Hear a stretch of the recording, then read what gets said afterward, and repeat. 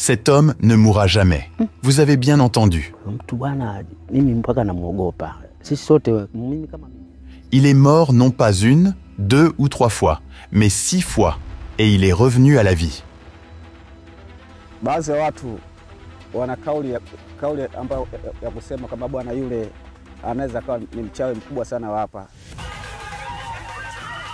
Enfin, il y a eu un jour où les gens, très inquiets, et le considérant comme un problème, l'ont brûlé dans sa maison pour voir s'il pouvait finalement mourir. Devinez quoi?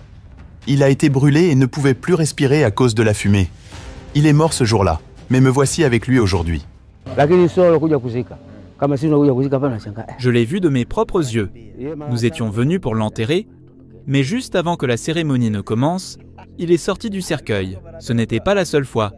Même après cela, il a continué à semer la confusion car il y a eu d'autres occasions où il est mort et revenu à la vie. À cause d'accidents graves, de maladies et d'autres incidents, cet homme est mort plusieurs fois. Chaque fois, sa famille et ses amis se rassemblaient pour son enterrement. Mais le jour de l'enterrement, l'homme revint à la vie.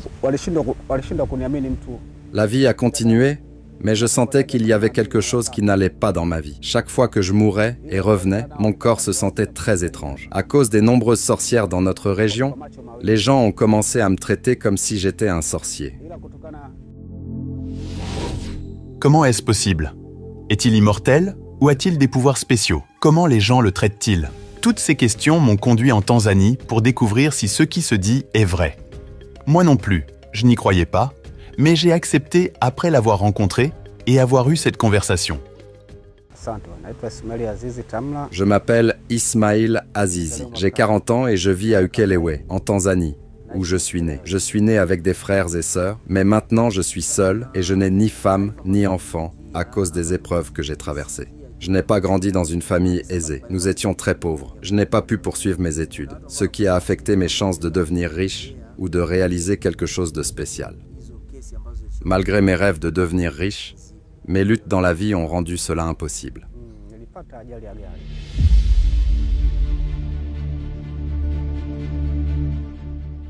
Il a grandi dans un environnement difficile. Il a dû affronter la vie et travailler dur seul, car il n'y avait personne pour lui fournir tout ce dont il avait besoin. Il ne pouvait pas compter sur ses parents, ses frères et sœurs ou sa famille en raison de leurs ressources limitées. Jour après jour, il a travaillé très dur pour survivre. Cependant, en vieillissant, les défis de la vie sont devenus encore plus exigeants. Les problèmes que j'ai rencontrés dans la vie sont nombreux, car chacun était lié à mes circonstances, et je devais y faire face. Pour me retrouver vivant comme vous me voyez aujourd'hui, il y a eu un moment où j'étais au travail, et j'ai eu un accident très grave. Tous ceux qui l'ont vu ont pensé que ma vie était terminée. Ils m'ont emmené à l'hôpital dans un état critique. Et quand nous sommes arrivés à l'hôpital, les médecins ont dit à mes amis et à ma famille que j'étais mort. Mes frères et d'autres membres proches de la famille avaient déjà accepté qu'ils m'avaient perdu dans l'accident. Ils m'ont emmené à la morgue. Je ne sentais pas ce qui se passait avant, mais je me suis réveillé à nouveau en me sentant très froid. Heureusement, la morgue n'était pas fermée, et c'était un endroit où les gens étaient allongés, non enfermés dans une boîte seule. Quand je me suis levé et que j'ai marché, je n'étais pas complètement conscient, mais j'ai vu tout le monde me regarder avec stupeur.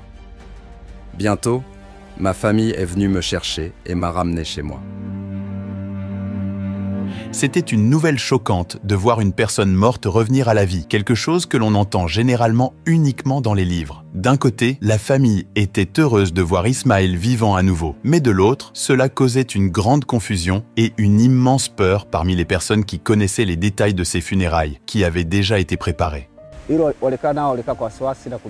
Quand nous sommes rentrés chez nous, j'ai trouvé beaucoup de gens là-bas, mais dès qu'ils m'ont vu, ils ont immédiatement commencé à s'enfuir. Ils avaient déjà commencé les rituels funéraires parce que tout le monde avait accepté que j'étais mort. Les gens ont commencé à penser que j'étais un fantôme. C'est pourquoi la plupart d'entre eux se sont enfuis dès qu'ils m'ont vu. Après cela, la vie a continué. Mais les gens ne croyaient pas que j'étais une vraie personne. Au lieu de cela, ils pensaient tous que j'étais un fantôme. Et certains avaient même peur de moi à cause de ce que j'avais vécu jusqu'à ce jour. Avec le temps, les problèmes continuaient à se multiplier, chacun apportant un nouveau défi et créant confusion et peur parmi ceux qui l'entouraient. Les événements qui ont suivi la deuxième fois sont difficiles à expliquer de manière compréhensible pour l'esprit humain. À cette époque, je souffrais de la malaria. J'étais très malade depuis des jours chez moi, et personne ne prenait soin de moi. Lorsque mon état s'est aggravé, les gens ont finalement décidé de m'emmener chez le docteur. La maladie avait progressé, et j'étais dans un état critique. Les médecins ont déclaré que j'étais mort. Ma famille a immédiatement préparé un cercueil pour moi. Cependant, dès qu'ils m'ont placé dans le cercueil, je me suis réveillé et j'ai réalisé que j'étais vivant. Ils ne pouvaient pas y croire car c'était la deuxième fois que cela arrivait. Ils ont amené les médecins pour vérifier que j'étais vivant. Même mes parents ne pouvaient pas croire que quelqu'un puisse mourir et revenir à la vie plus d'une fois.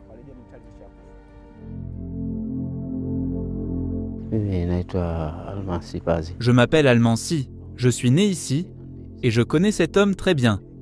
Ses expériences sont si effrayantes que j'ai moi-même peur de lui. Ce que vous avez entendu n'est pas un mensonge car je l'ai vu de mes propres yeux. Nous étions venus l'enterrer, mais juste avant que la cérémonie ne commence, il est sorti du cercueil. Tout le monde là-bas s'est immédiatement enfui car c'est terrifiant de voir quelqu'un que vous savez être mort revenir à la vie. Ce n'était pas la seule fois. Même après cela, il a continué à semer la confusion parce qu'il y avait d'autres occasions où il est mort et revenu à la vie. Cela m'a rendu également méfiant et, à cause des nombreuses sorcières dans notre région, les gens ont commencé à me traiter comme si j'étais un sorcier. J'ai finalement atteint un point où je me suis demandé qui était responsable. Pour la troisième fois, nous étions en voyage lorsque notre voiture est entrée en collision avec un autre véhicule transportant du carburant. Et je suis tombé dans le coma. Cela s'est produit dans différents hôpitaux, et même les médecins ont commencé à avoir peur car j'avais été devant eux tant de fois. Ils ont commencé à me traiter comme si j'étais un sorcier. Je suis rentré chez moi et la vie a continué, mais cette fois je vivais seul car ma famille était loin. Cela ne s'est pas arrêté là. L'année suivante, en travaillant à la ferme, j'ai été mordu par un serpent.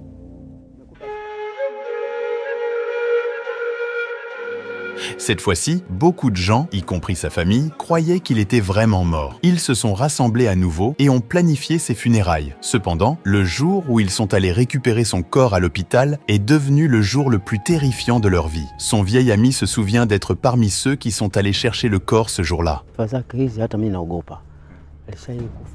Souvent, quand je repense à ce qui s'est passé ce jour-là, j'ai encore peur. Nous pensions tous que c'était fini puisqu'il avait passé 3 jours à la morgue. Nous sommes allés à la morgue pour l'amener pour l'enterrement, mais nous l'avons trouvé vivant. Certains d'entre nous étaient sous le choc car c'était difficile à croire, mais nous l'avons vu de nos propres yeux. Cela ne s'est pas arrêté là. Quelques mois plus tard, il est tombé dans une fosse septique et en a été retiré mort.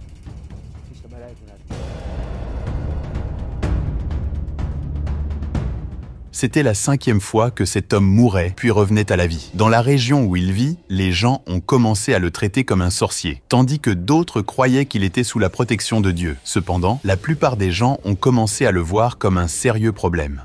Même la dernière fois, ce sont les habitants qui ont essayé de mettre fin à sa vie. J'ai continué à vivre, mais je sentais qu'il y avait quelque chose de mal dans ma vie. Chaque fois que je mourais et revenais à la vie, mon corps se sentait très étrange. Finalement, des gens sont venus chez moi, prétendant que j'étais un grand sorcier de notre région, et ont incendié la maison. Piégé à l'intérieur, je n'avais aucun moyen de m'échapper. La fumée rendait la respiration impossible, et bien que quelques bonnes personnes soient venues m'aider, elles m'ont trouvé mort. Je me suis réveillé à nouveau à la morgue de l'hôpital. À ce moment-là, mes frères et d'autres ont commencé à dire que je n'étais pas une personne ordinaire. Et que je ne pouvais pas mourir à moins que Dieu ne le veuille. Une chose qui pourrait expliquer ma situation est une histoire de famille que j'ai entendue. Mon grand-père est une fois mort et revenu à la vie.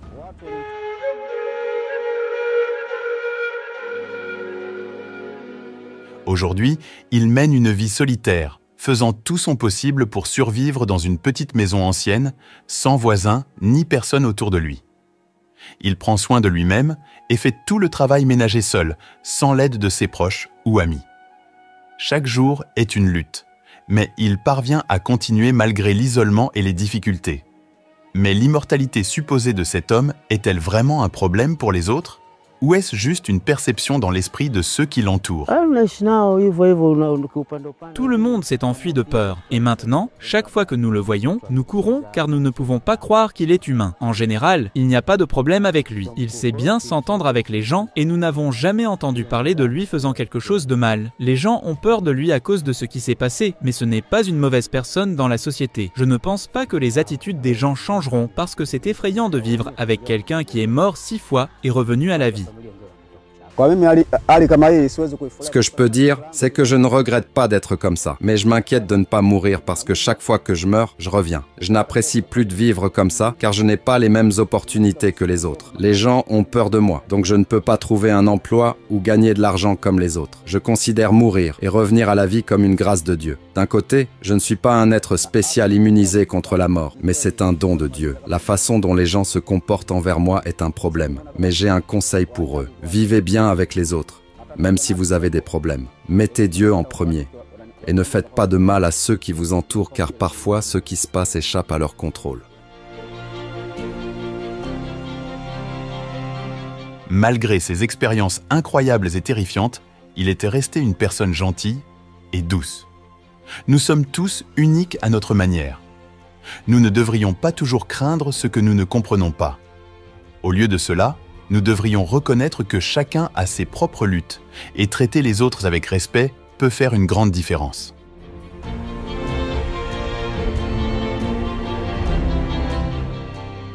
Merci d'avoir regardé, c'est Afrimax français. N'oubliez pas de vous abonner.